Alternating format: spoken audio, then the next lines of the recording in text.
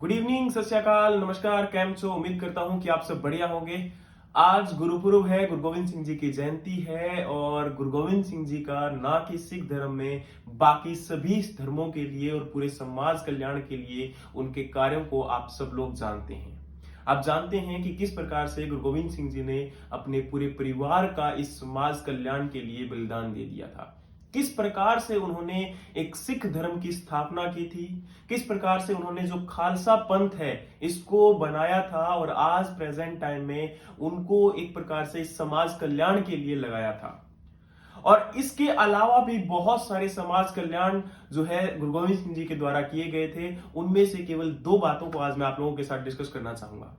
पहला ये कि उन्होंने अपने जीवन में अपने रास्तों पर चलते हुए हम सब लोगों को यह बतलाया कि हमें अपने वर्ड्स को, जो हम शब्द बोलते हैं, अपने वचन देते हैं, उनको हमेशा निभाना चाहिए। उन्होंने अपने शब्दों के लिए, अपने वचनों के लिए अपनी जान दे दी थी और हमेशा सच्चाई के रास्ते पे चलते हुए उन्होंने हर कार्य को पूरा किया था। उसी प्रकार से उनकी अगर हम बात करते हैं तो उन्होंने हमें सिखाया था कि अपनी जीत को अपने मन में, अपने माइंड में पहले जो है उसको स्ट्रॉन्ग डिटर्मिनेशन के साथ फिलअप करो कि हाँ, मैं इस जंग को जीत सकता हूं।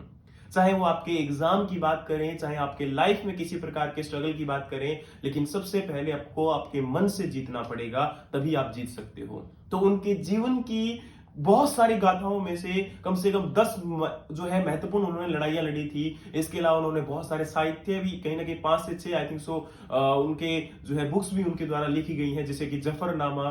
ठीक है, उनके अंदर उन्होंने बताया था कि बहुत मतलब अगर हम एक इंसान अपने लेवल पर अगर सच्चाई के रास्ते पे चलते हुए, अपने माइंड से स्ट्रॉन्ग डिटर्मिनेशन से चलते हुए अगर आगे बढ़ता है तो वो कुछ भी पा सकता है, कुछ भी कर सकता है। एक 42 वर्ष की उम्र में वो शहीद हो गए थे। इसके साथ उनके 4 बेटे, कल जो है 4 साहिबजादों का आपको पता है शहीदी दिवस भी था, तो उनको भी उन्होंने कुर्बान कर दिया था।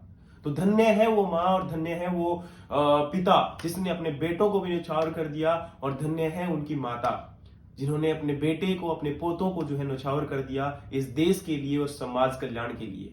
दोस्तों, जब भी इनकी जीवनियों को पढ़ते हैं, याद करते हैं, तो रोंगटे खड़े हो जाते हैं।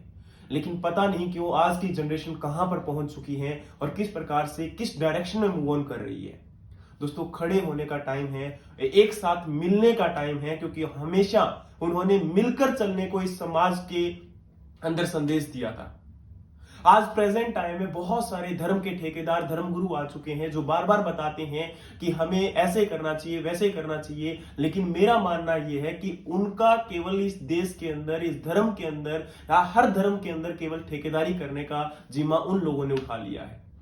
लेकिन अगर हम धर्म की असली सच्चाई को जाने तो वो हमें बताते हैं कि इंसानियत के रास्ते पे चलते हुए, बिना किसी नफरत के चलते हुए, और जब तक जरूरत ना पड़े तब तक हमें हथियार को ना यूज करते हुए आगे प्रेम और प्यार से बढ़ना चाहिए।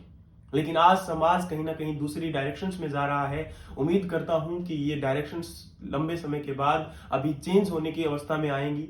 हम सब लोग, कम से कम युवा वर्ग एक ऐसा वर्ग है जो आने वाले टाइम के लिए समाज में बहुत बड़ा बदलाव कर सकता है। मैं इस युवा वर्ग से, इस यूथ से एक डिमांड करता हूं कि अपने आप को चेंज करो, अपने माइंड को चेंज करो। केवल एक दिन के लिए इनके बारे में सोचकर, इनके गुरुद्वारा में जाकर अपने आप को केवल यहीं पर एस्टेब्लिश मत कर लो। इनके जो सिखाई हुई बातें हैं, इनके ऊपर चलना बहुत जरूरी है। उम्मीद करता हूं कि ये सेशन आपको हेल्प करेगा और आप कम से कम इन चीजों को सीखकर आगे बढ़ेंगे और लाइफ लॉन्ग इनको यूज करेंगे। थैंक यू सो मच, बहुत बहुत धन्यवाद आपका। जय हिंद, जय भारत।